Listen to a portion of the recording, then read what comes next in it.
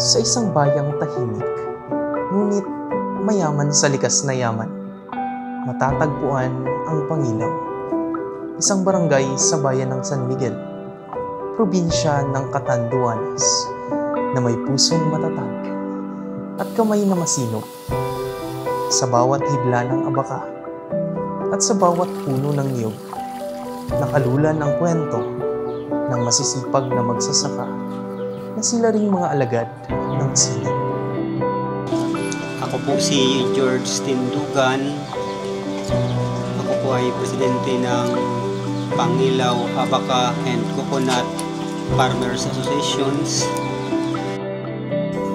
Bawat hibla ng abaka, bawat himaymay, ginagabayan ng kasanayan at pagkamalikhain. Bali po, ini po yung samuyang pinakang inotabi na ginibo, yung sa battle brush. Siyempre, gamit mo siyempre ang abaka. Ini po, ang nagtutuyo sa samuya kay ni Magibo, ang taga DTI po mismo. Sila po mismo ang nag-offer sa samuya para ipatraining kami kayo. Tapos sa mga designs man, siyempre, talagang ano lang, tuwang-tuwang lang talaga.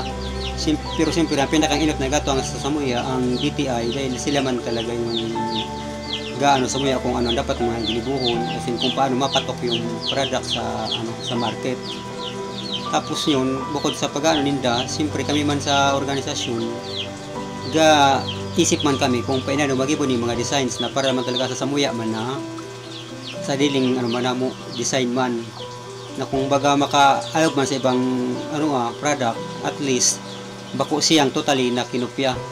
Kung baga igo man siyempre ng kakaibang design na talagang samuya man siyempre naghari, na kung baga kami man talaga mismo ang nag-isip na mag-ibo kung anong design ang dapat namong.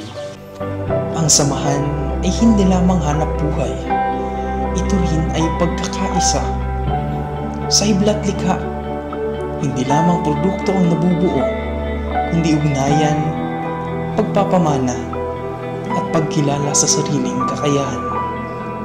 Isip na mo na magbuo ng organisasyon, mag-ibon ng mga produkto ng abaka, dahil nga yung inot bagang panahon kang mga nakaagi, so sa sobrang pagbagsak ng bandaya na halos dahil nabakayon, kaya yun ang pinakang nagtulak sa kuya.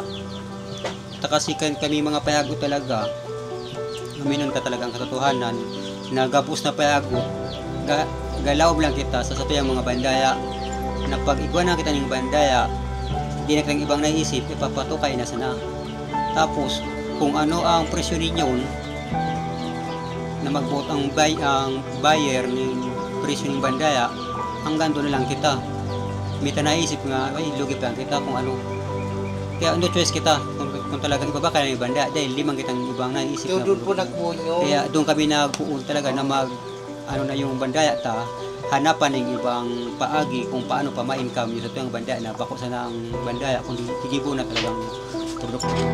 Sa gitna ng hamon ng panahon, mananatiling matibay ang hibla ng pagkakaisa at patuloy na lilikha ng pag-asa ang mga kamay ng mga magsasaka.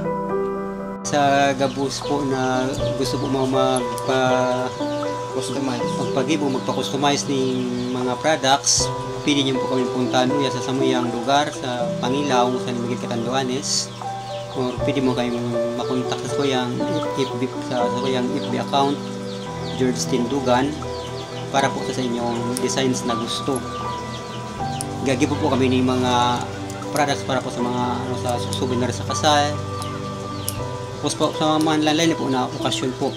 Depende po sa gusto po ng customer na ipagibo sa samuya. Ini po ang saro po sa samuyang produkto. Ini po ang garlands na siyempre ang pinakang latest na product na mo, na ang pinakang ilot na source talagang pikuan. Siyempre ang abaka fiber.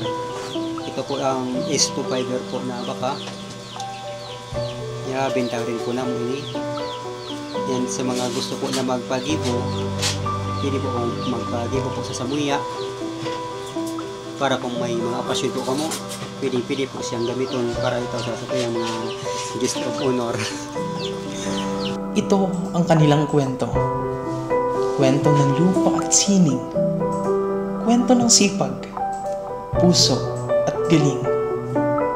Ito ang Hiblat Likha. Kwento ng Pangilaw, Abaca and Coconut Farmers Association, kung saan ang bawat hibla ay may buhay at ang bawat likha ay may kaluluwa.